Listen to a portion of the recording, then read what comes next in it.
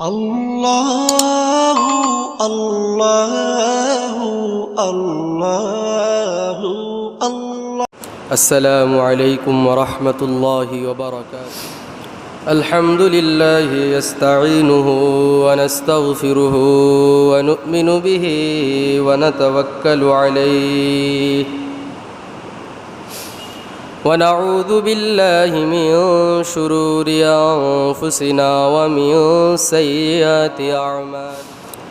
من يهده الله فلا مضل له ومن يضلله فلا هادي له وأشهد أن لا إله إلا الله وحده لا شريك له وأشهد أن محمدًا عبده ورسوله صلى الله تعالى عليه وعلى آله وأصحابه وبارك وسلم تسليمًا كثيرًا كثيرًا.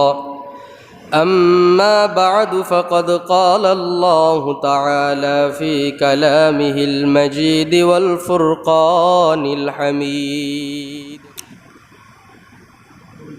لن ينال الله لحومها ولا دماؤها ولكن يناله التقوى منكم كذلك سخرها لكم لتكبروا الله على ما هداكم وبشر المحسنين.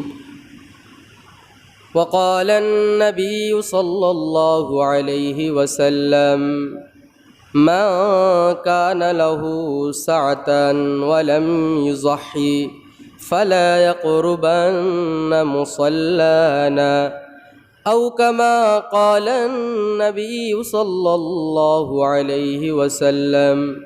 صدق الله العلي العظيم وصدق رسوله النبي الكريم، ونحن على ذلك لمن الشاهدين والشاكرين والذاكرين، والحمد لله رب العالمين.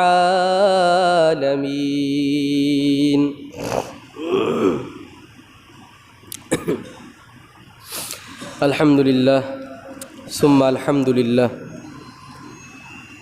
মহান রব্বুল আলামিনের দরবারে লাখো কোটি শুকর ও সুজুদ, যেই মহান রব্বুল আলামিন আমাকে আপনাকে ভালোবেসে মোহাব্বত করে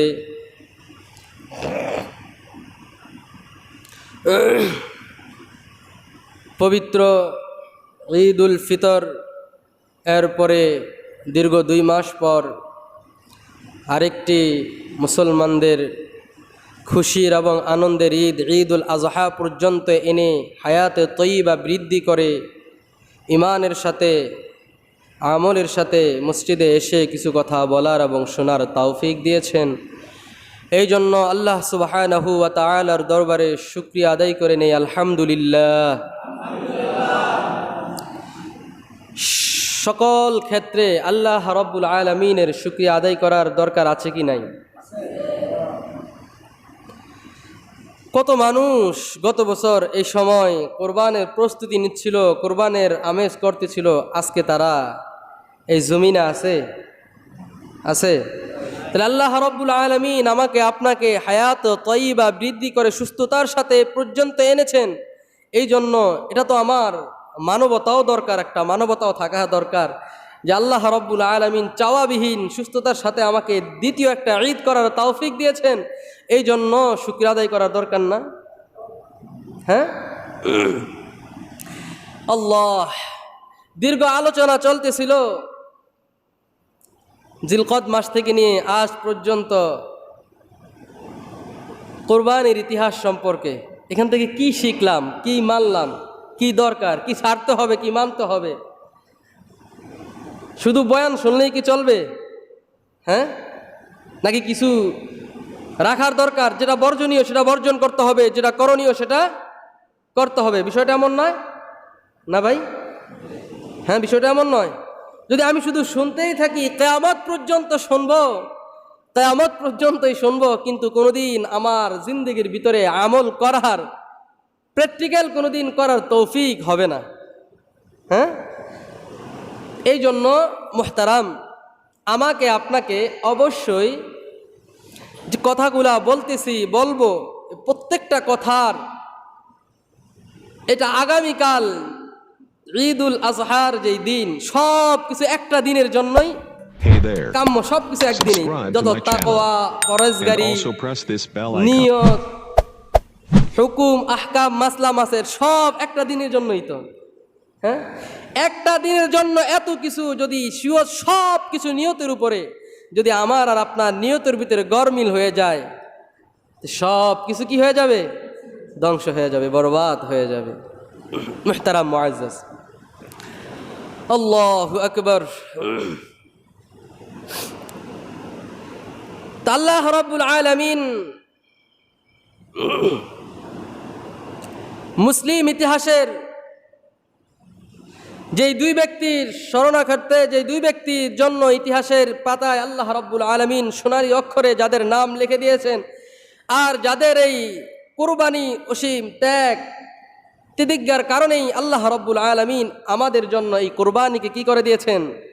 ওয়াজিব করে দিয়েছেন। সুবহানাল্লাহ। তো মুহতারাম মুআজ্জাজ, এই যে কুরবানি, কিছু জিনিস দেখতেছি, শুনতেছি, ফাটাফাটি চলতেছে যে আমারটা 1 লাখ কিনছে, আমি 1.5 লাখ কিনবো, আমারটা গোস্ত 7 মণ। আল্লাহ, কিরে ভাই, গোস্ত তো জীবন ভরাই খাইলাম, খাইছি না গোস্ত? কম খাইছি। এই জন্য বলছিলাম, ভিতরে মানবতার থাকার প্রয়োজন আছে, ইনসানিয়ত থাকার প্রয়োজন আছে, মনুষ্যত্ব থাকার প্রয়োজন আছে, ইনসাফ থাকার প্রয়োজন আছে। ইনসাফটা হলো কি? ইনসাফ কি? আল্লাহ রাব্বুল আলামিন আমাদের উপরে যেমন ইনসাফ করেছেন, আমরা যেন আল্লাহর প্রতি ইনসাফ করি। মুসলমান ভাইয়েরা আমার, ইনসাফটা হলো কি? গত জুমাও বলেছি, পূর্বের যত নবী রাসূল, যত কওমের জন্য আল্লাহ রাব্বুল আলামিন কুরবানি ওয়াজিব করে দিয়েছেন। কারো জন্য কুরবানির গোশত খাওয়া হালাল ছিল না, বলছি কি না? কেন হালাল ছিল না? কুরবানি একটা মাঠের ভিতরে রেখে আসা হইতো, আসমান থেকে আগুনের একটা ফুলকি এসে জ্বালিয়ে ভূষীভূত করে দিত, ওই গোশত খাওয়ার উপকরণ আর থাকতো না, ঠিক কিনা? কিন্তু ভাইয়েরা আমার, আল্লাহ রাব্বুল আলামিন তার নবীকে এত ভালোবাসছেন, এত মোহাব্বত করেছেন, এত প্যারা নবী যে উম্মতকেও এত ভালোবাসছে নবী। উম্মতের ভালোবাসার দিকে তাকায় আল্লাহ রাব্বুল আলামিন ইহসান স্বরূপ বলে দিয়েছেন এই নবীর জন্য ব্যতিক্রমভাবে, পূর্বের যত নবী রাসূল ছিল তাদের জন্য গোশত খাওয়া ওয়াজিব ছিল না, গোশত খাইতে পারবে না। কেন খাইতে পারবে না? আগুন এসে জ্বালিয়ে ভূষীভূত করে দিত। কিন্তু তোমাদের নবীর দিকে তাকাইয়া তোমাদের কোরবানির পশুগুলার গোশত তোমাদের জন্য আমি হালাল করে দিয়েছি। তবে তোমাদের কাছে আমি একটা জিনিস চাইছি,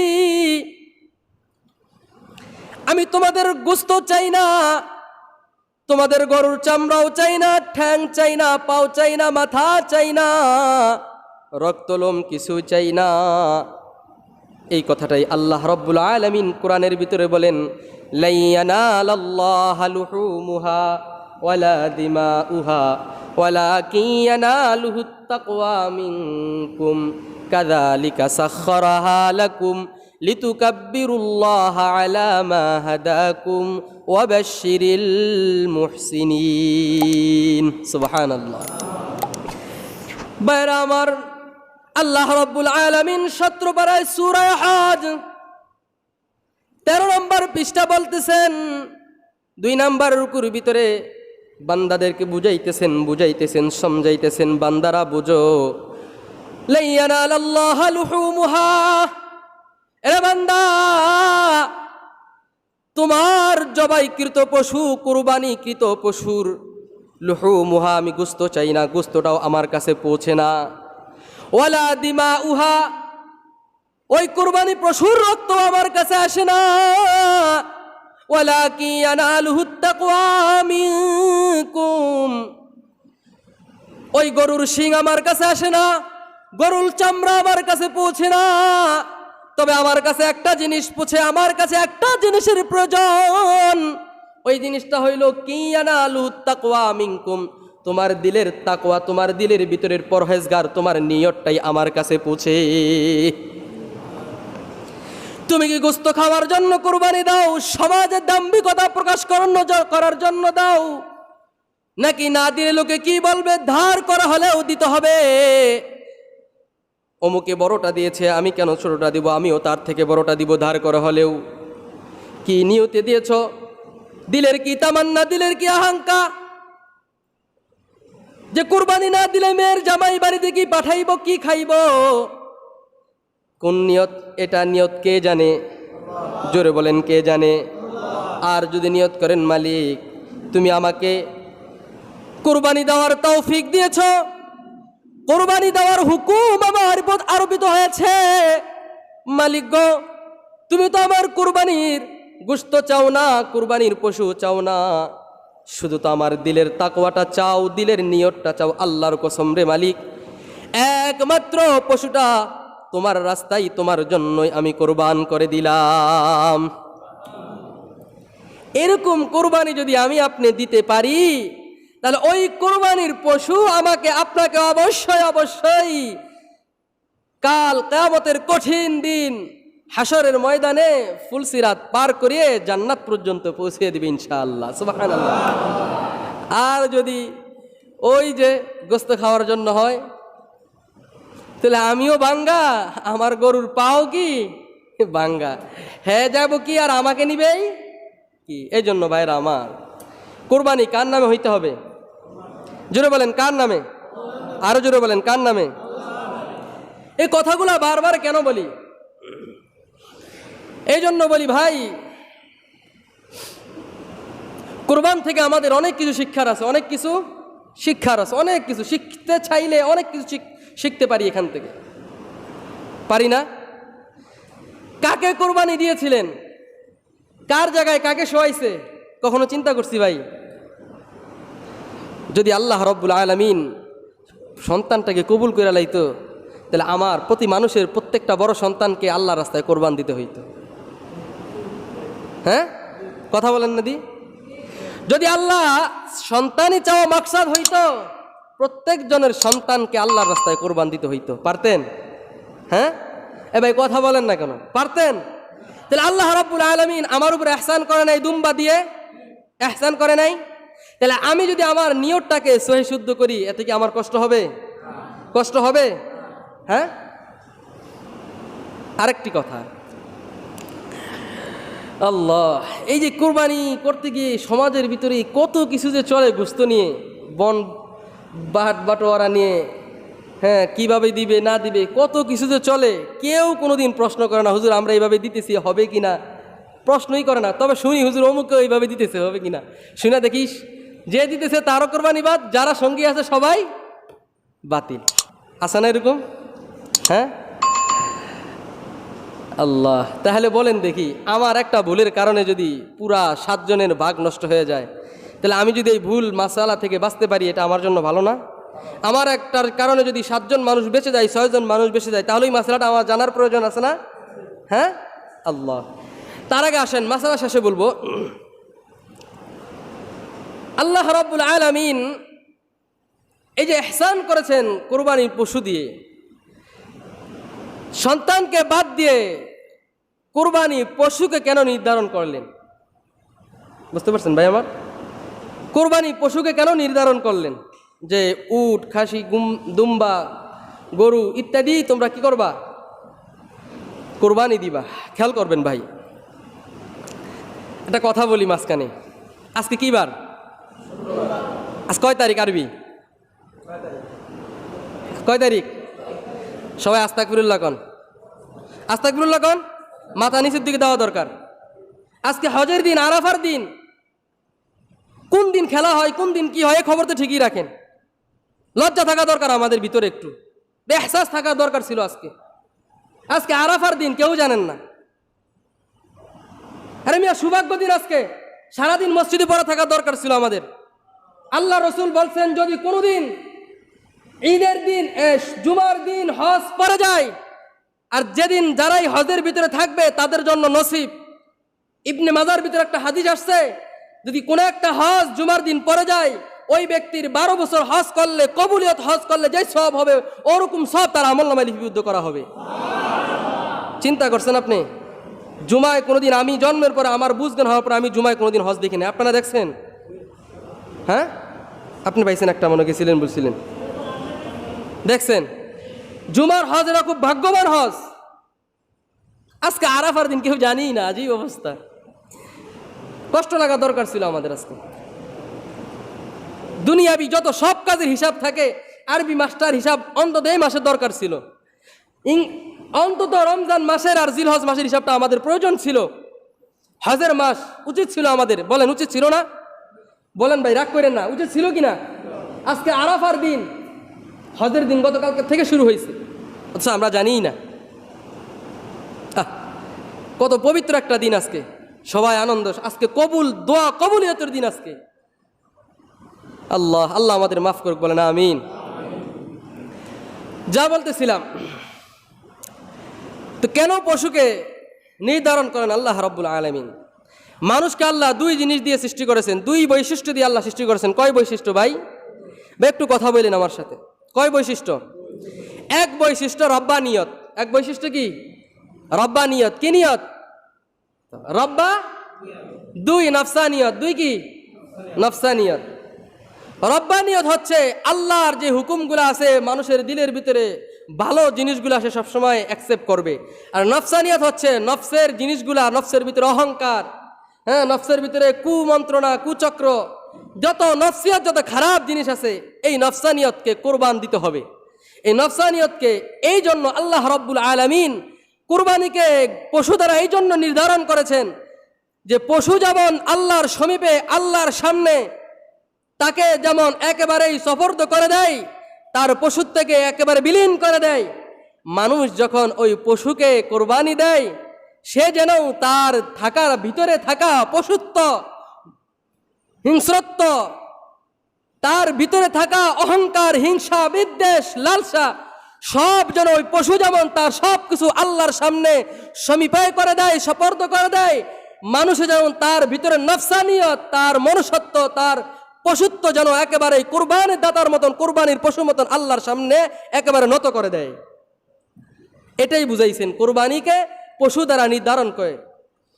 শুধু আমরা কুরবানি করলাম, পশুকেই জবাই দিলাম, পশুত্ব শেষ করে দিলাম, কিন্তু আমার ভিতরে যে পশুত্ব, আমার ভিতরে অহংকার, আমার ভিতরে যে হিংসা, আমার ভিতরে যে তাকাব্বুরি, আমার ভিতরে যে লালসা, যত খারাপ নফসানিয়ত আছে, এগুলাকে কি আমরা কোরবান দিতে পারি না? কোরবানির সাথে পারি না? শুধু যদি কোরবানি জন্তুকে জীবন ভরা কোরবানি দিলাম, আর আমার ভিতরের কি বলে এটা, মনুষ্য, আমার ভিতরের যে হিংসাত্মক যে মন, এটা দিন দিন তেজ বাড়তেই থাকে, এই হিংসাত্মক জিনিস বাড়তেই থাকে, অহংকার বাড়তেই থাকে, লালসা বাড়তেই থাকে, তাহলে কিয়ামত পর্যন্ত কোরবান দিতে থাকবো, আমার মনে হয় না কোনোদিন আমি পরিপূর্ণ রব্বানিয়ত ব্যক্তি হতে পারবো। ঠিক কিনা? মনুষ্যত্ব, নফসানিয়ত যদি আমি ঠিক করতে পারি, তাহলেই আমি রব্বানিয়ত ব্যক্তি হতে পারবো। বুঝতে পারছেন? কারণ দিল যদি ঠিক না হয়, নফস যদি ঠিক না হয়, আমি তাকওয়াওয়ালা ব্যক্তি হতে পারবো। নফস যদি আমার ঠিক হয়ে যায়, তাহলেই আমার দ্বারা আল্লাহকে ভয় করে ইসলামের ভিতরে নিষেধ, আদেশ, হালাল হারাম মেনে চলতে পারবো, কি ঠিক কিনা? অন্যথায় চলতে পারবো না। মুহতারাম মুআজ্জাজ, যাই হোক, আল্লাহ রাব্বুল আলামিন এই কোরবানির সাথে সাথে আমাদের ভিতরের যেই পশুত্ব, সেটাকেও যেন আমরা কোরবান করে দিতে পারি ইনশাআল্লাহ। নিয়ত করি আমরা পারবো না ইনশাআল্লাহ? আল্লাহ সকলকে এই পশুত্ব কোরবানি দেওয়ার তৌফিক দান করুক, বলেন আমিন। আল্লাহ। এরপর আসেন আল্লাহু আকবার, একটা ধ্বনি। আল্লাহু আকবার একটা ধ্বনি। এই ধ্বনির ভিতরে যে কি আছে, মাহফিলের ভিতরে যখন গরম কথা বলে নারায়ে তাকবীর দিয়া ওঠে, মুসলমান অনেকে বলে, নামদারি মুসলমান, বুজুর্গ কাম নাই, কত একটা কইলিশ নারায়ে তাকবীর দেওয়ান লাগবে। বলে না? মিয়া, নারে তাকবীর আল্লাহু আকবার ধ্বনির ভিতরে কি জাদু আর কি শক্তি আছে? ইহুদি, খ্রিস্টান, নাস্তিক, বেঈমান, কাফেরদেরকে জিজ্ঞাসা করে দেখো, তারাই বলতে পারবে আর হাকিকত কি জিনিস। ঠিক কি না? হ্যাঁ, নারে তাকবীরের কি শক্তি, কি সাহস, কি হিম্মত, কি পাওয়ার, এটার হিকমত, এটার সব কিছু বলতে পারবে একজন ইহুদি, একজন খ্রিস্টানই বলতে পারবে এটার শক্তি কি জিনিস। এই নারে তাকবীর কোথার থেকে আসছে? এক তো জানা আছে ইব্রাহিম আলাইহিস সালাতু ওয়াস সালাম থেকে আসছে। আরেকটা রাওয়াত আছে হযরত ওমর ইবনুল খাত্তাব রাদিয়াল্লাহু তাআলা। প্রাসঙ্গিক আলোচনা একটু করি। ইসলাম যখন গ্রহণ করছিলেন, রসুলের কাছে তো কি আসছে? বার্তা চলে আসছে, ওহী চলে আসছে যে ওমর কিন্তু ইসলাম ধর্ম গ্রহণ করার জন্য আসতেছে, আপনি কি হন? প্রস্তুতি হন।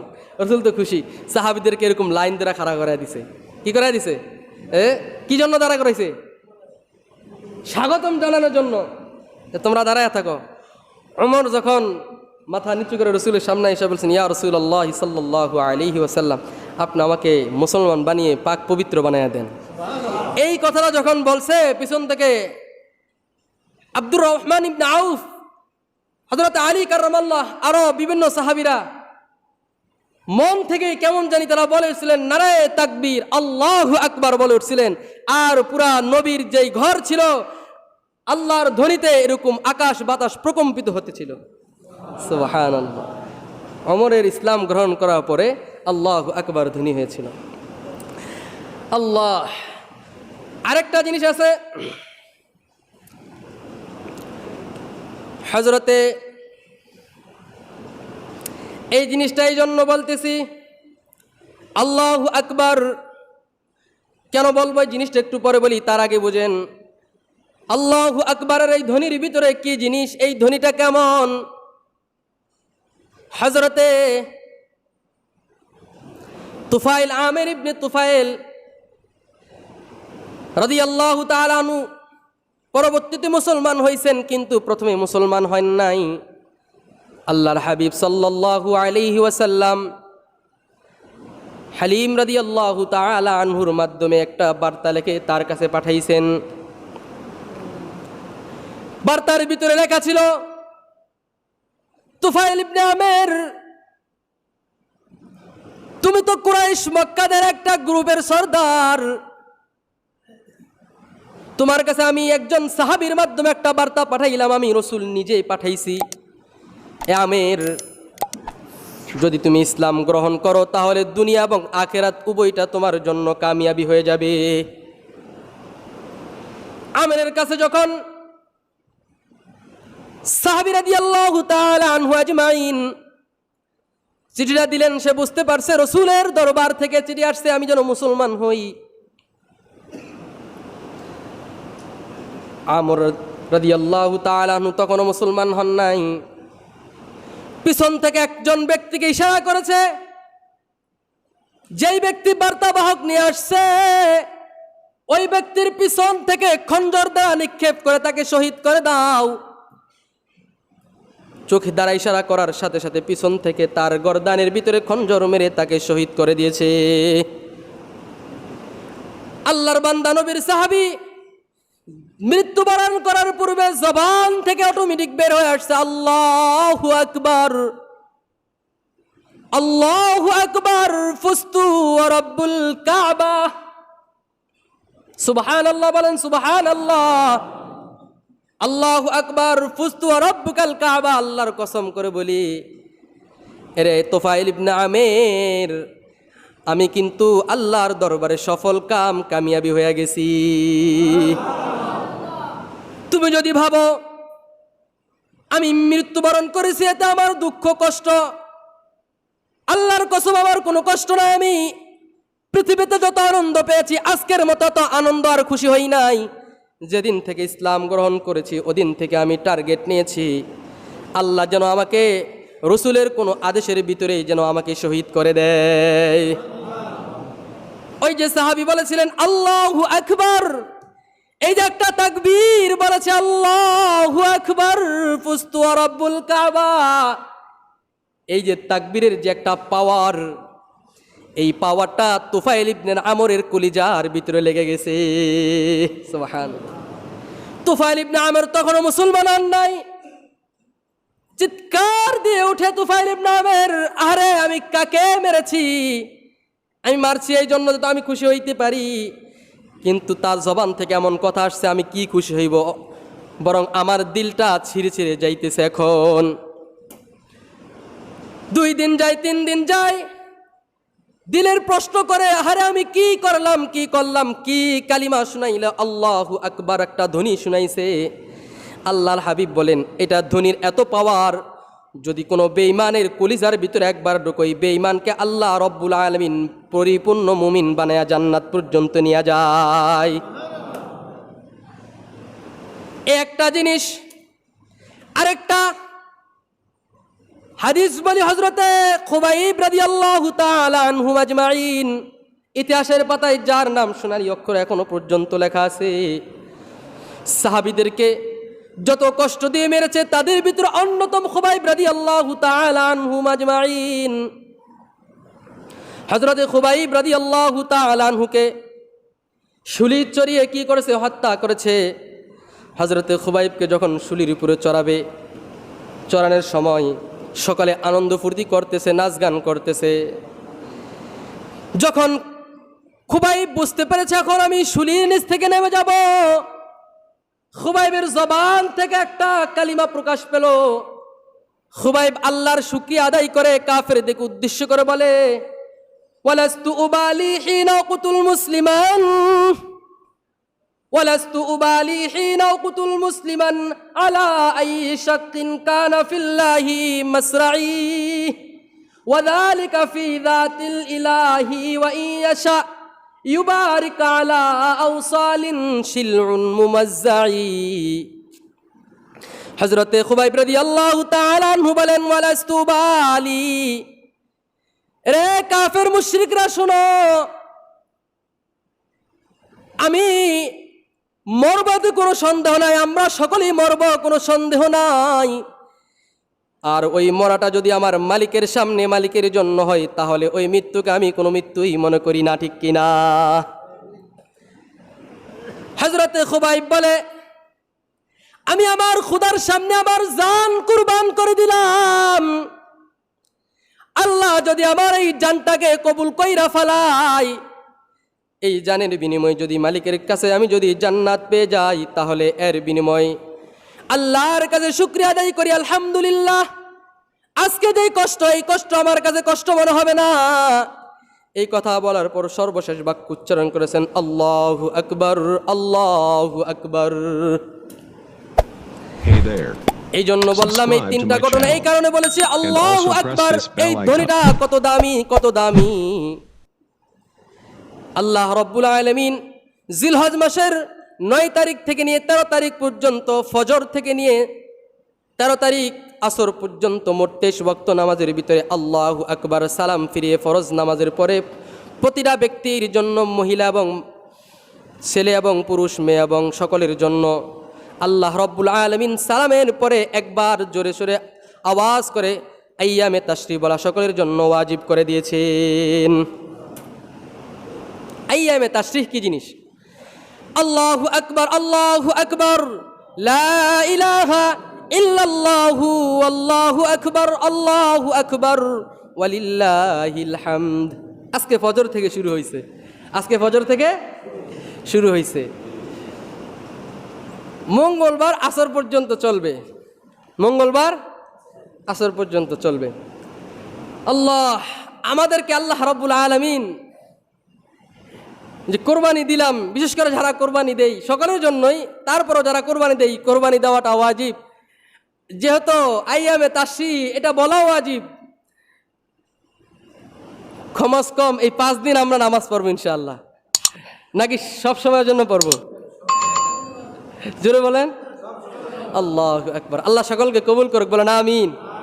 আল্লাহ আল্লাহ রাব্বুল আলামিন আমাদেরকে হাদিসের আলোকে, কোরআনের আলোকে যে কথাগুলো বললাম, প্রত্যেকটা কথার উপর আমল করা তৌফিক দান করুক, সকলে বলেন আমিন।